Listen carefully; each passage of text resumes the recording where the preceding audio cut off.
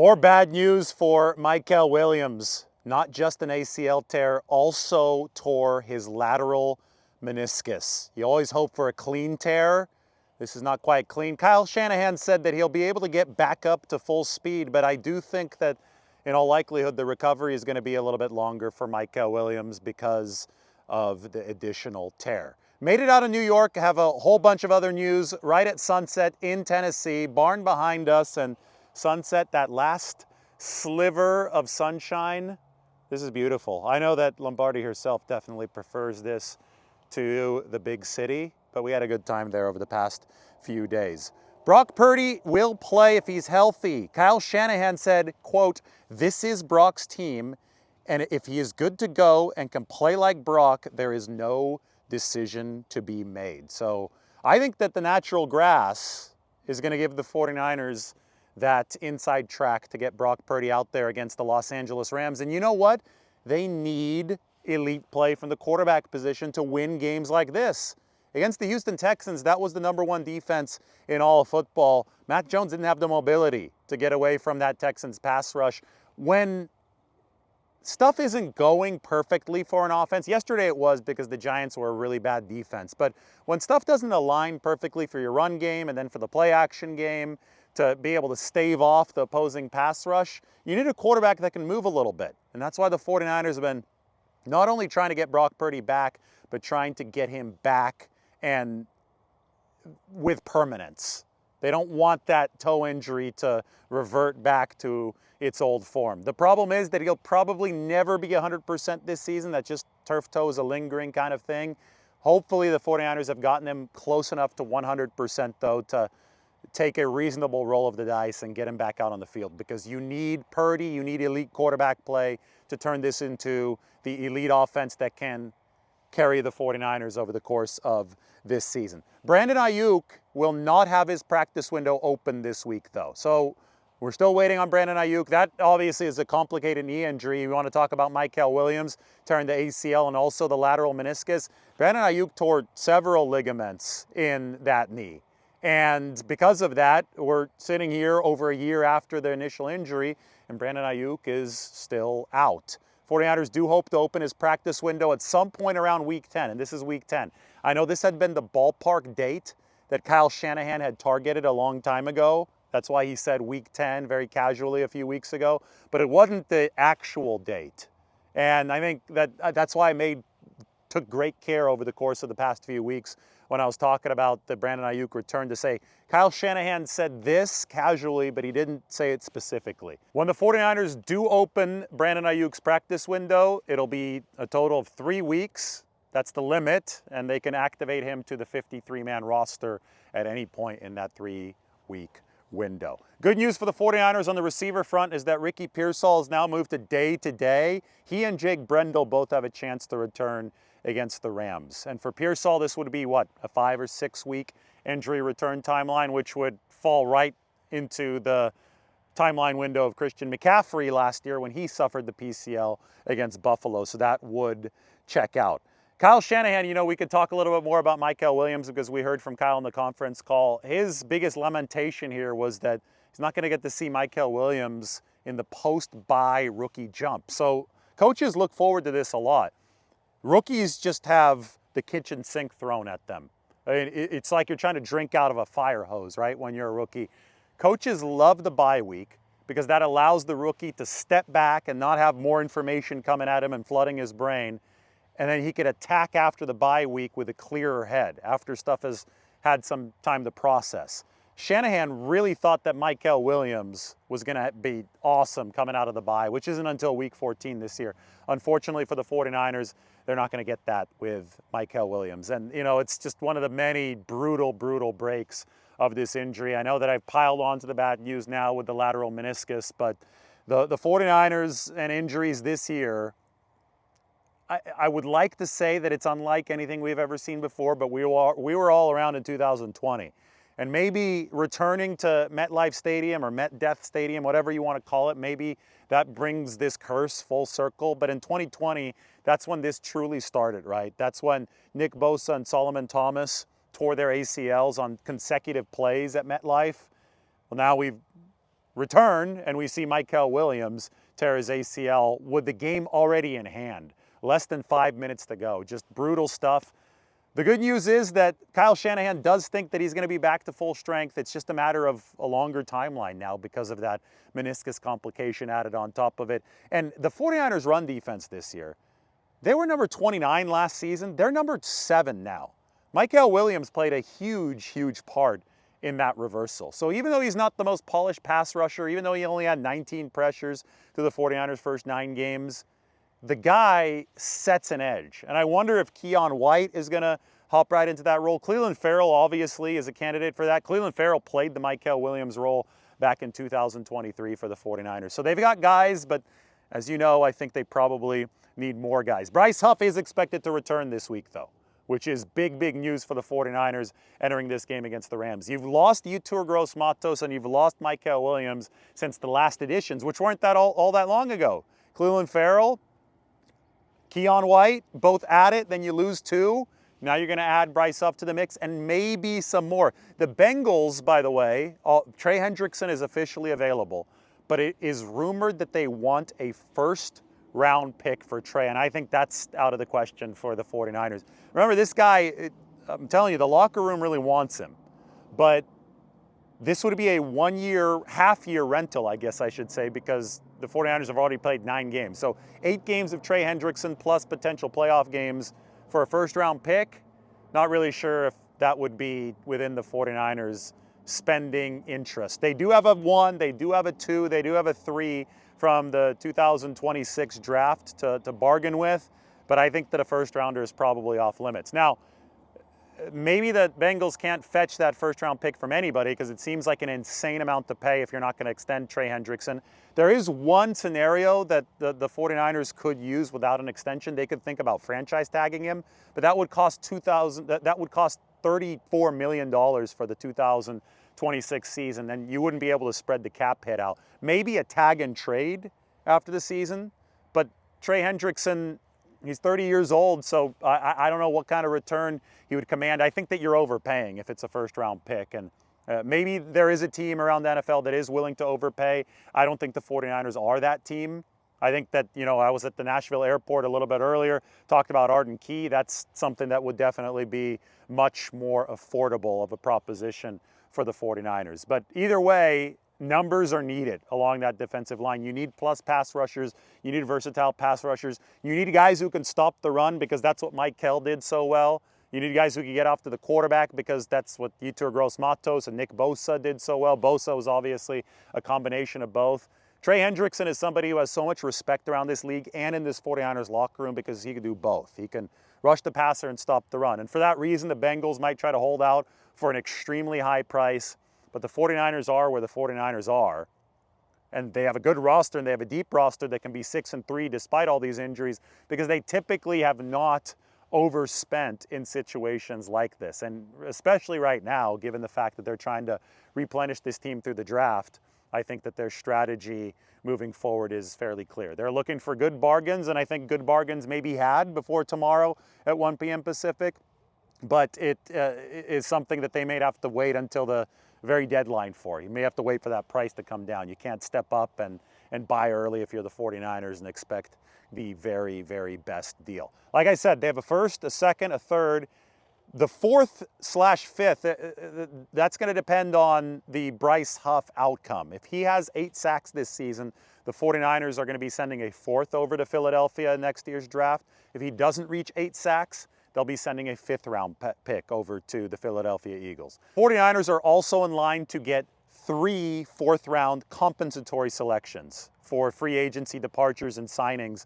That's not going to be finalized until next offseason, but that does make their 2026 draft a little bit more robust. No 6th-round picks. They sent one away to the Patriots for Keion White. And if White is active for at least 7 games, the 49ers will not get the 7th round back from the Patriots in the pick swap. So they essentially built insurance into the Keion White trade. If he's not active for the 49ers for those 7 games, they get a 7 back and they only spent the 6. If he is active for more than those 7 games, then they don't get that 7 back, and the price for the 49ers is a flat 6th round pick for Keion White. So right now we're projecting about 8 picks for the 49ers. in the 2026 draft. They obviously want to keep as many as possible, but that's the ammo that they have to work with. So far, the Eagles have traded for Jalen Phillips. We mentioned that this morning from New York City. How about that, by the way? Start in New York City. Central Park was amazing today. Yesterday, we were at Super Burrito in New York. I told you about it in the Central Park video. Now I could show you a little bit of Super Burrito. We talked to Max, one of the 3 owners from San Francisco, and the food was actually really, really good. You can get a solid mission-style burrito now in the Eastern time zone. That used to not be a thing.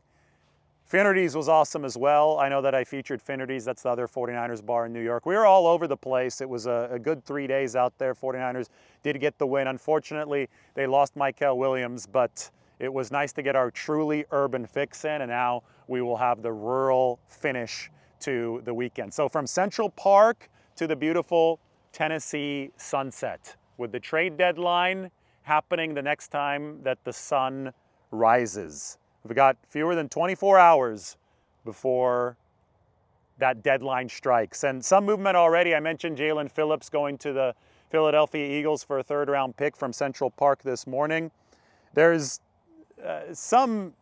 Jerry Jones came out today and said that the Cowboys have made a trade, but it's a mystery trade, and we don't know who it is. Maybe he's sending a 1st-round pick to Cincinnati for Trey Hendrickson. Could also be Logan Wilson, the linebacker. But Jerry Jones also said this in his radio interview. He said, the Cowboys probably have the kind of interest that we have in no small part because we stay out front and we stay controversial. When it gets slow, I stir that shit up. Fact. I just want to be relevant. I just want you to be looking at us. Jerry Jones actually said that today. Jerry Jones probably doesn't care as much about winning as he does about attention. And hey, he's a businessman. He built up not only the Cowboys brand, but the NFL brand over the course of the decade. So I guess the league has that to thank him for. But when it comes to the trade market, don't expect the Cowboys to make moves that might be logical on the football field. You can expect them to make moves that might be logical for social media engagement. Just a funny quote from Jerry Jones. Anyway, I expect the 49ers to try to be cutthroat with their moves so they make sure on the football field. And we'll see which ones they make. That's your update heading into this massive week against the Rams. All right, guys. Injuries from the game. Mykel did end up tearing his ACL, so that's official. That was it from the game. All I got here on injuries. Go ahead, guys. Can you give any details about that? Is it the quote-unquote clean tear like Nick Bosa had? Yes, I believe there were lateral meniscus also. But they said it was for however it's worded, but it was a good one. I mean, it wasn't perfect because there was a lateral meniscus. But they feel good about it. He'll come back with his career will be fine from it. It'll heal great.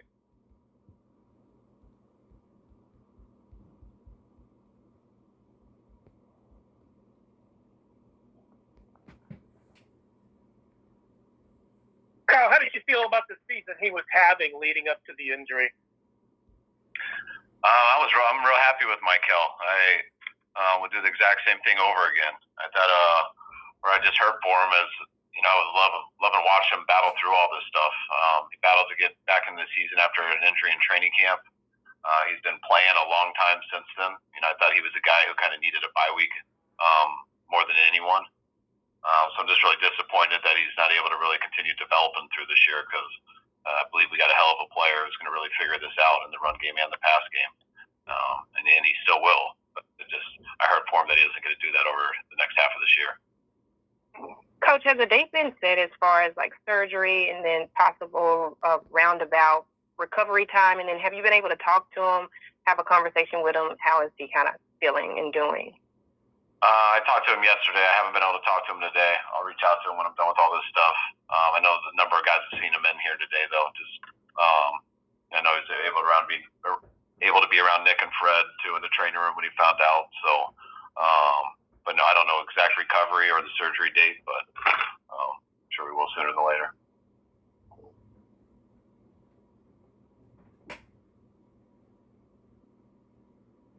either of the two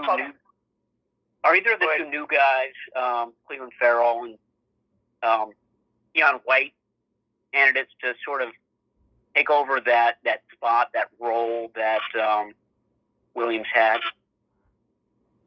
Yes. Yeah, I mean, Keon definitely shows a lot of inside rush potential. And Clea, we've done both in the past, but I mean, both of them were up playing a big role yesterday before Mykel got hurt. So obviously, with Mykel getting hurt, that only becomes stronger. We expect to get Huff back this week, so good to get another one back. I think you addressed this yesterday, but with the trade deadline tomorrow, is there any more emphasis on making a move with Mykel out? No, that hasn't changed anything. I know those guys are working around the clock on just any possibilities and stuff, as they do every single year. But no, this happening hasn't changed anything. We also expect to get Jake Brendel back this week. We're hoping. We'll see on Wednesday. He's got to go through a couple more things here tomorrow before it can for sure be Wednesday, but he's got a chance.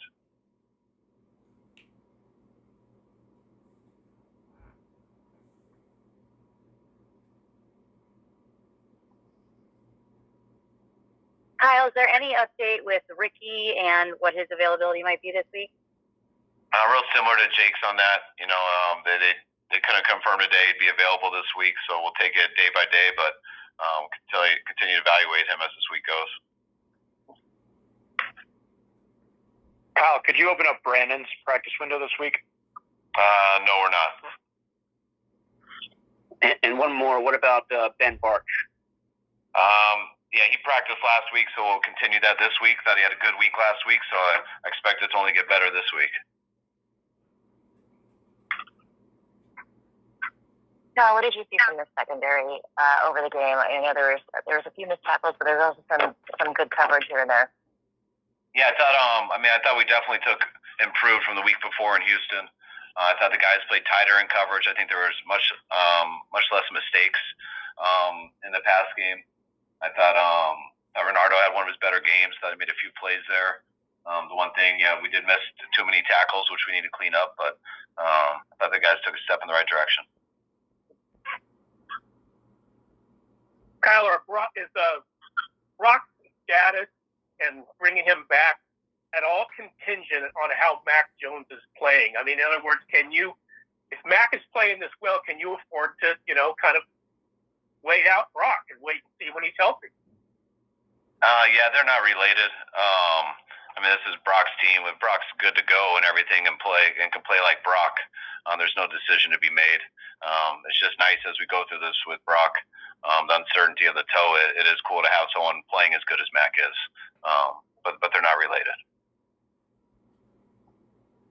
After the game, some of the Giants players commented about the crowd noise from 49ers fans. Was that something that you were cognizant of, that, you remarked on or anything during the game? Well, the Houston game was so disappointing because our fans take over a lot of stadiums, but they took over the Houston stadium like it was LA. And so it was so disappointing that we didn't give them much to cheer about that whole game. So that was real cool in New York that we had a bunch of fans there too, and it was really cool in the second half to watch the other team have to use the silent cadence. Anytime you do that, that shows you got some really cool fans who made the trip. What you asked from your wide receivers in run blocking, have you seen improvement from them? I know you don't have your guys out there that you had before, like Debo and BA. So, these newer guys, and I know Jawan's been hurt, but have you seen improvement in their run blocking? I have seen improvement. I think they're working at it each week. I do think they're getting better, but we're still expecting it to continue each week to get better because we're not there yet. But it has been improving. As shaky as the Houston game was, you did do some good things on special teams in that game, and you also did some decent things on special teams in this game. How do you feel about the progress of that unit? I've been real proud of our special teams this year. I think they've gotten better throughout the year. I think they're playing real well as a unit, in all the phases, not just one in particular. I think our returners have gotten better. We got better blocking for them. I think our punter, our long snapper, and our kicker are playing at a high level, and I think it's a huge credit to them, especially as we get all these injuries. People talk about guys having to play in offense and defense when guys are hurt. Well, they're all taken from special teams too. So as them to get better as we've been banged up is give a lot of credit to those guys for pulling that off.